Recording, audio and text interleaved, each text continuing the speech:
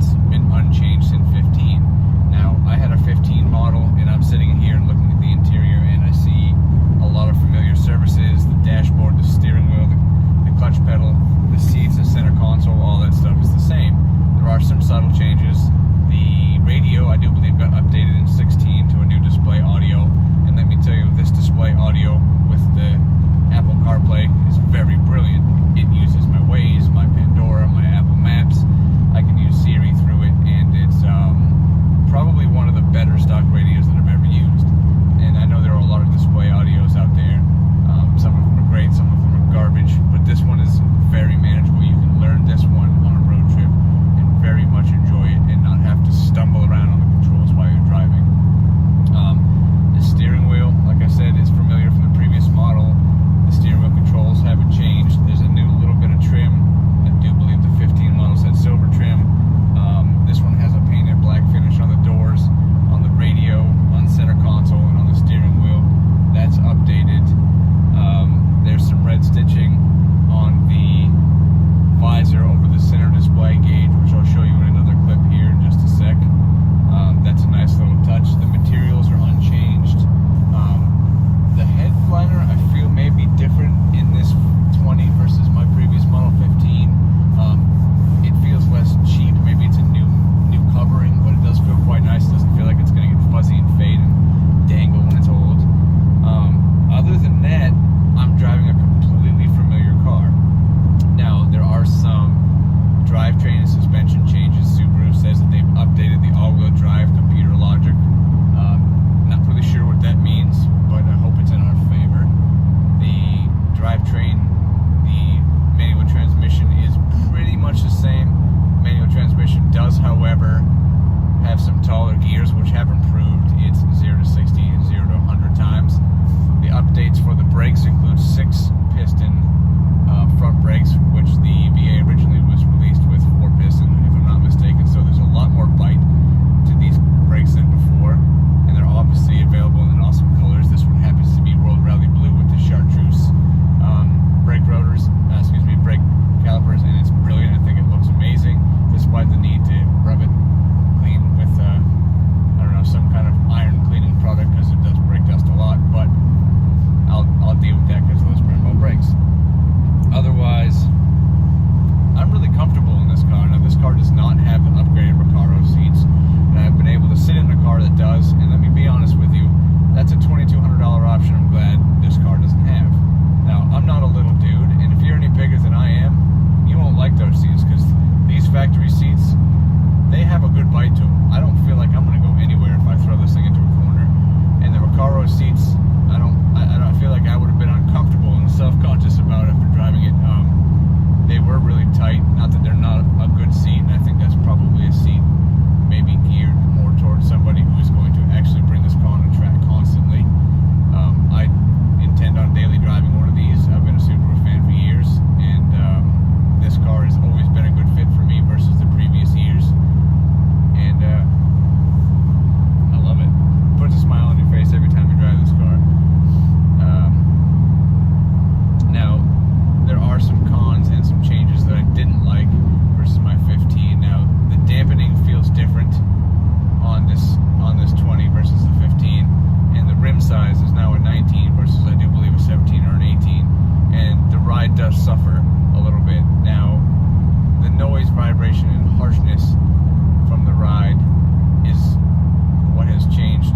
I don't know if it's any stiffer, but it's louder. I can hear the suspension functioning a little bit better. Not that it sounds bad or is it a deal breaker, but I'm definitely aware of it.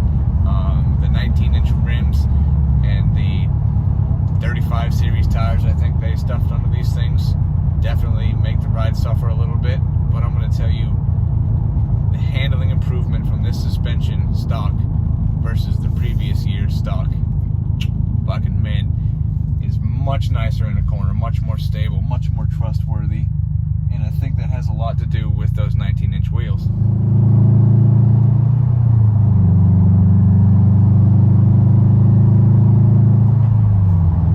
One thing you've got to love about this Boxer engine is that sound. Now, this one unfortunately is not stock. It does have an NVIDIA Gemini catback exhaust,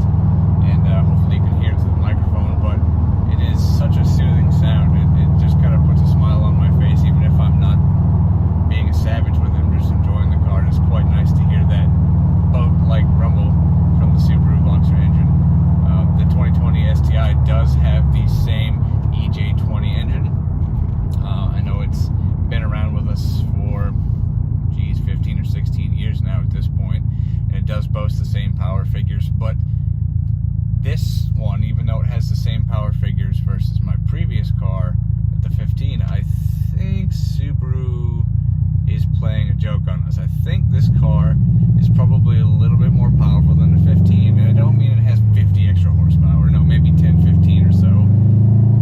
It just feels smoother. It feels like it has a smoother entry into the power band, and maybe that's from the gearing. Maybe that's from a little bit of hidden power that Subaru didn't tell us about. I'm not really sure, but to be honest with you, I don't care. I've been driving this car for a few minutes now, and very quickly, it feels like I'm with an old friend.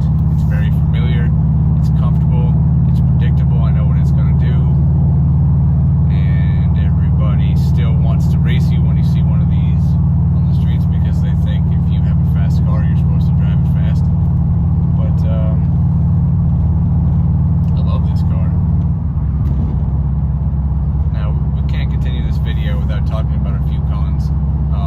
This car isn't perfect, and like I said, it is quite a dated chassis at this point. It is quite a dated drivetrain, despite the few aesthetic and performance updates. It is simply old. Now, I don't think that's a bad thing. In fact, I think Subaru has played their cards well and fought through the fight of updating this chassis to find a niche market, and I think they've done it. This car, manual steering, manual gearbox, you know, kind of a clunky sports car suspension.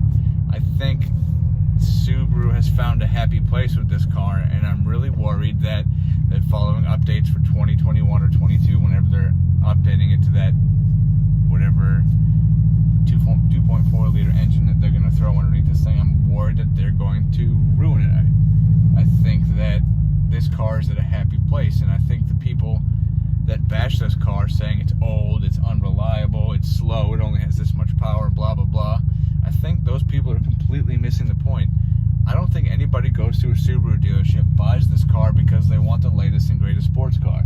I don't think that anybody gets behind the wheel of this car expecting it to be the fastest thing at the drag strip. I just don't think that's the point. I think the brilliance of this car is the fact that you know what you're getting, and it's completely driver's car. If you take this car out and you thrash it and you don't know what you're doing, it is going to whip you into shape. It's going to teach you a lesson. It's going to oversteer, understeer, power slide, snap on you, and throw you into the grass at the track. But if you know how to drive it, you will be rewarded with an amazing driving sensation. And I think that's what Subaru has really done with this car. I think they've done a brilliant job of just making it a brilliantly driving car. I don't think I would change a thing about this car. As far as the performance, I think it's at a happy place, and the issues that come with this car are from people peckering with things they don't need to be touching. Now, Subaru has probably one of the fiercest warranty claims processes in the industry, because anyone who's watched any rally video thinks they can go buy one of these things and thrash it and modify it to the moon and not have any consequences. So I don't blame Subaru for that. And as an auto enthusiast and someone who's taken every car that he's ever owned and just kind of built it the way I wanted it, I don't think I need to do that. I think the exhaust on this car, I think some point in the near future, maybe a different set of dampeners and some stickier tires is really all I need. I don't know, I just don't feel the need. I think this car, as it sits out of the box right from the dealer showroom, is more than enough to do something stupid in, and it's more than enough to put a smile on your face at the track. I don't think you need to do anything. One thing that I will say for this little Subaru that I maybe would change, maybe wouldn't change, is the gas tank. It only gets about 280 miles per tank in the best of conditions, if you're not being an 8 behind the wheel and you're driving it like grandpa on the highway. Now, for someone who wants to be able to drive it to a racetrack, enjoy an open track day and drive it home, that's not really a big deal.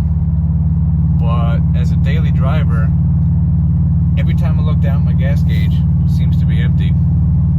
Not that the fuel economy is terrible. Let's see, I seem to be averaging about 19 miles to the gallon, and that's a mix of about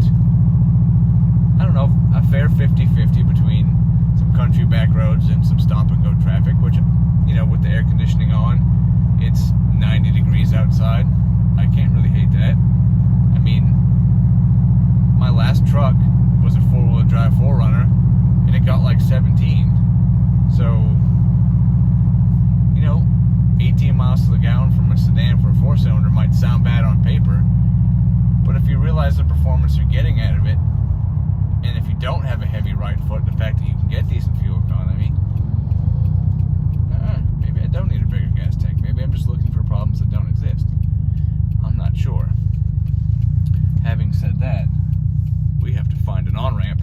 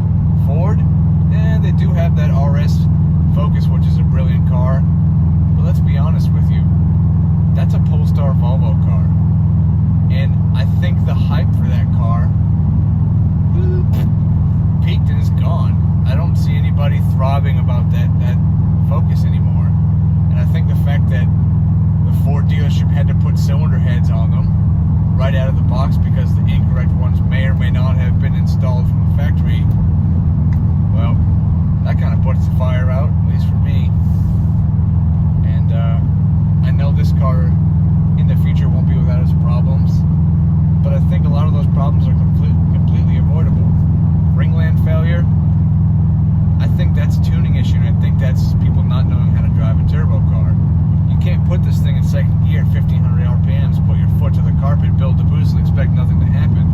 That's not how turbo cars work. I think a lot of the people that experience this ringland failure are missing a few things. You have to know how to drive a turbo car. You have to maintain it differently. Subaru says you can go 65 or 7,500 miles on an oil change. No, don't do it. 3,000 to 4,000 miles is all you need on this car. It uses 5W30 engine oil. It's fully synthetic. It's not expensive. It's not 020 or 016. Just change your oil. Don't put an intake on it. Don't be dumb. You know, the way Subaru has this car wired is that it uses a fuel table under boost. It's not using the AF sensors. So when you put a cold air intake on it, you're changing that, and the car doesn't know it. You put an exhaust and an intake on it, go ahead and order yourself a set of pistons because you've already ruined it. Just enjoy this car stock. Now, rant slightly aside, there are some things you can do. Now, a turbo back exhaust probably isn't a good idea, but a cat back exhaust, go ahead. A cold air intake with a tune, warranty El Voido, don't do that. Throw a drop-in K&N filter in it. You're not going to change the airflow efficiency of the factory airbox with the K&N filter enough to cause any problems. You'll get a little bit of turbo noise. You get the noise from the new exhaust you're going to put on there, and then enjoy the car. You want to get more out of it? Perfectly fine. Get an air oil separator. Keep that intercooler free of oil. You don't want any oil in that intercooler at all. Anytime your engine ingests a bit of oil, it reduces the octane level of the fuel effectively, causes detonation events. That, coupled with you stomping the foot all the way to the carpet in second gear, 1500 RPMs, there's your knock event. There go your ring landings. Now, Subaru, as of, I do believe, 19, has put the STI Type RA pistons. For those of you not really sure what that means, the RA is a more performance model. It was a limited production of this STI, but it came with a more beefy piston. And that piston, where the piston pin goes through, is now an additional, I think it's 10 or 15 grams worth of metal. That doesn't sound like a lot, but that's like, I think almost 25% of the weight of the piston has been added in reinforcements. That's a big deal. Now I think you should still do that cylinder 4 cooling mod, and I'll put links for these things in the description below so you can kind of do your own research.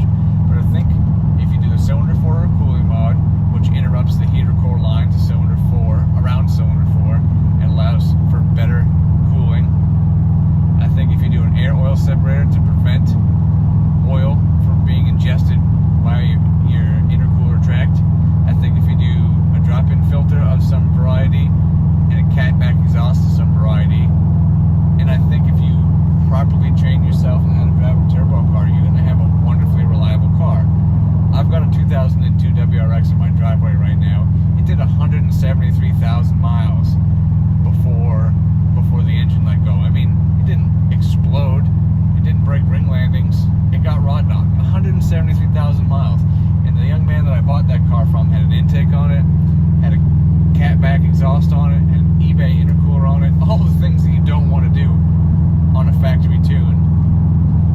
And it still made it that far. So I think the reliability issues with these cars are kind of a weighted statistic, because you have to think about how many people abuse their car. You have to think about how many people neglect their car. You have to think about how many people aren't willing to stop at a Shell or an Exxon and put the proper level, the proper quality fuels in it.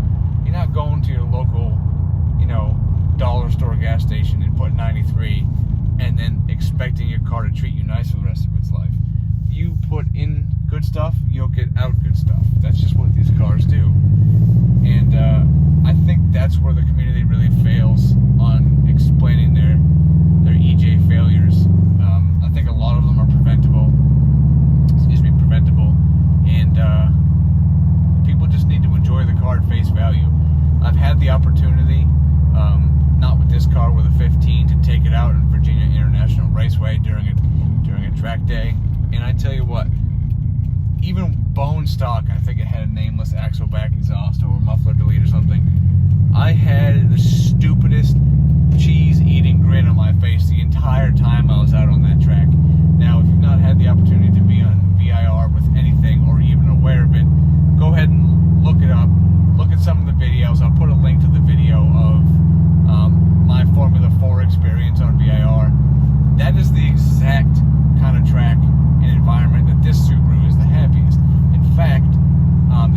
S209 edition STI is where Subaru and VIR first really met.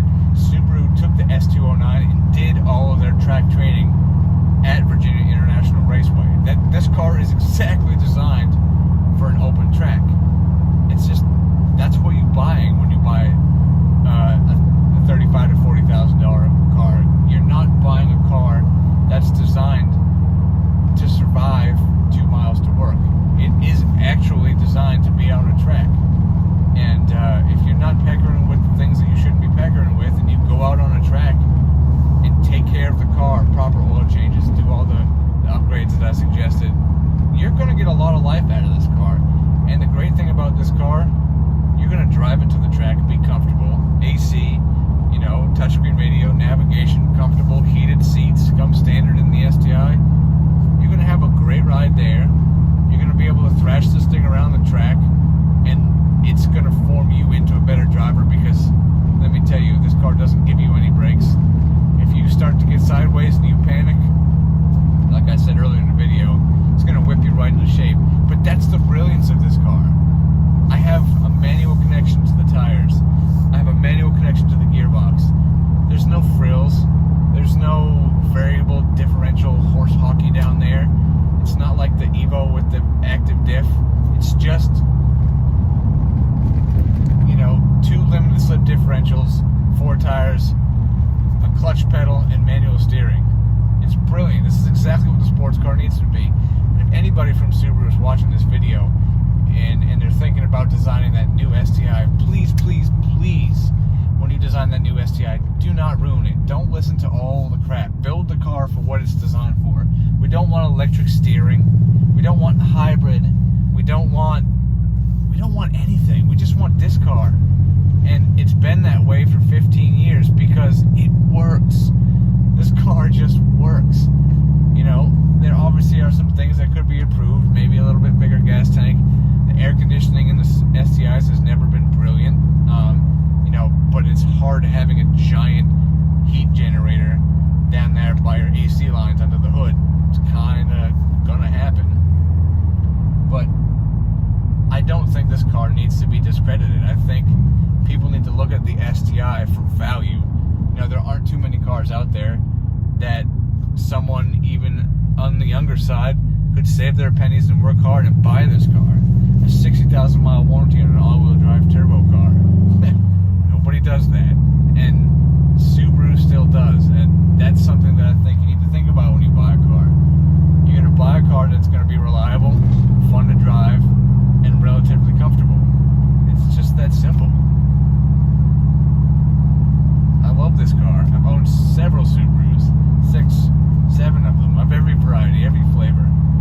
And I keep landing back in the driver's seat of this very car. I love it.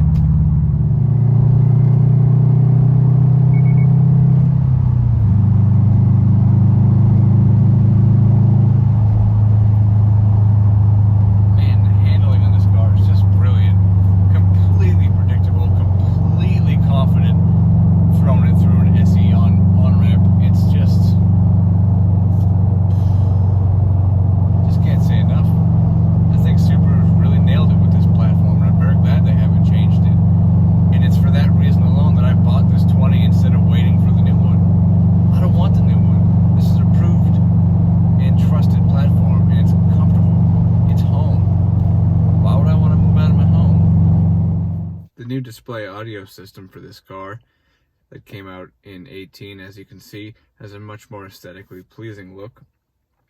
Pandora, AHA, Apple CarPlay, Android Auto, Travel Link. You still have all your, let's see, if you link your phone, shows your phone battery. Currently this is just Bluetooth.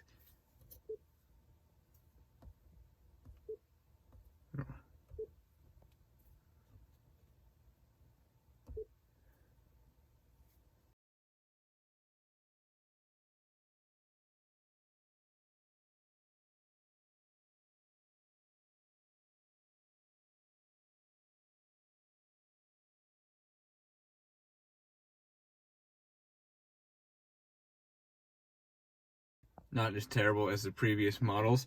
The paper speakers sound less like styrofoam to-go containers and a little bit more like speakers.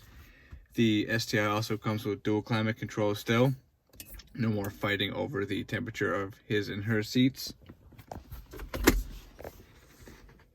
Standard heated seats in all STIs. Driver controlled center differential controls as before. Sport, Sport Plus, Intelligent.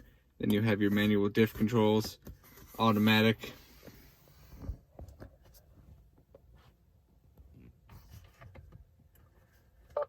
Here's your Sport, Sport Sharp, Intelligent, Auto Diff, all rear biased, more front, more front, more front, and of course, total diff lock. Center display visor now has the nice little accent stitching. Accent stitching can be seen on both sides of the radio panel here. STIs are now equipped with push button start as standard. Available auto dimming and compass HomeLink rear view mirror. Standard SOS. Also equipped with steering reactive headlights. Space for golf clubs and other stuff. 19-inch alloys with chartreuse Brembo STI brakes, 6-piston front, 4-piston rear. Thanks for tuning in, everyone. I appreciate the subscriptions and the likes. Hopefully this video helped sway you either towards or away from this car. Hopefully we cleared up a little bit of misinformation and some needed to know bits of information about this car. Thanks again for tuning in. Stick around. We'll see you soon.